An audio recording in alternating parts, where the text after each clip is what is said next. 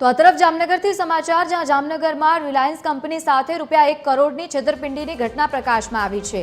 અમદાવાદની પેઢી બે બ્રિજના કર્મચારીઓની ઠગાઈ સામે આવી છે। પેઢીના પ્રોપાઇટર સુપરવાઇઝર સામે ફરિયાદ દાખલ કરવામાં આવી છે।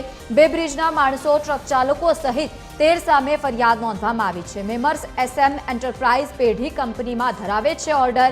પેઢી કંપનીમાં ધરાવે છે સ્ક્રેપનો વર્ક ઓર્ડર। કંપનીમાંથી બહાર જતા સ્ક્રેપને ઓછો બતાવવામાં આવ્યો છે। બે બ્રિજની પાવતીમાં ઓછું વજન બતાવીને આ કૌભાંડ આચરવામાં આવ્યું છે। 3 દિવસ પૂર્વે ટ્રકમાં થયેલી ગોલમાલમાં રેકેટ પકડાઈ ગયું। ગોલમાલ સામે હવે આવતા 2 મહિનાથી ચાલતું આ સમસ્ત રેકેટ ઝડપાયું છે। 2 મહિનામાં સ્ક્રેપનો રૂપિયા 1 કરોડથી ઓછો વજન જે છે તે બતાવવામાં આવ્યો છે। 314 મેટ્રિક ટન સ્ક્રેપના જથ્થો એ સગે વગે કર્યા હોવાની ફરિયાદ પણ સામે આવી।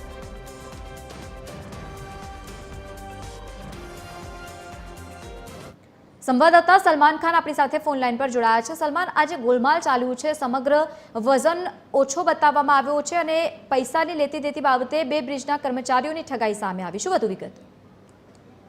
લવલી, જામનગર નજીક આવેલ જે આ ખાનગી કંપની છે કે જ્યાં અમદાવાદ પેઢી દ્વારા જે સ્ક્રેપના માલ માટેનો જે સ્ક્રેપનો જે ઓર્ડર છે તે ધરાવે છે અને આ કંપની છે તેઓ દ્વારા જે તેમાંથી ઓર્ડર છે તે સ્ક્રેપનો માલ છે તે આ પેઢીને આપવામાં આવતો હોય છે।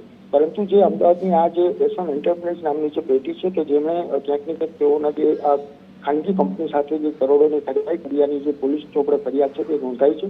કંપનીમાંથી જે રીતે બહાર જતા જે સ્ક્રેપ છે તેનું જે વેબ બ્રિજમાં ક્યાંક ને ક્યાંક જે રીતે વજન છે તે કરવામાં આવતું હોય છે ને તે બાદ જે રીતે પાવતી બનાવી અને તેમનો જે વળતર છે તે આપવામાં આવતું હોય છે। પરંતુ ક્યાંક ને ક્યાંક વધુ વજન છે તે હોવા છતાં પણ જે વેબ બ્રિજની પાવતી છે તેમાં જાણી જોઈને ક્યાંક ઓછું વજન બતાવી અને ક્યાંક કૌભાંડ છે તે આચરવામાં આવતું હોવાનું સામે આવ્યું છે। જેમાં જે 3 દિવસ પૂર્વે જે ટ્રક છે તેમાં ગોલમાલ છે તે સામે આવ્યું હતું અને કંપનીના કર્મચારીઓ દ્વારા જે સમગ્ર મામલે ક્યાંક ને ક્યાંક તપાસ કરતા છેલ્લા 2 માસથી આ સમગ્ર રેકેટ છે તે ચાલતું હોવાનું તેઓના ધ્યાનમાં આવતા તેઓ દ્વારા તાત્કાલિક રીતે જે પોલીસ ફરિયાદ છે તે કરવામાં આવી છે। જેને લઈને પોલીસે હવે જે પેઢીના જે પ્રોપરાઇટર છે સહિત જે સુપરવાઇઝર અને વેબ બ્રિજના કર્મચારીઓ તેમજ જે ટ્રક ચાલકો છે આ સહિત જે 13 સામે છે તે ફરિયાદ નોંધી છે। આ 1 કરોડ રૂપિયાનું જે રીતે 314 મેટ્રિક ટન સ્ક્રેપના જથ્થાને ક્યાંક ને ક્યાંક જે સગેવગે કરાયાની ફરિયાદ નોંધાતા જ હવે જે રીતે પોલીસ દ્વારા વધુ તપાસ છે તે હાથ ધરવામાં આવી છે।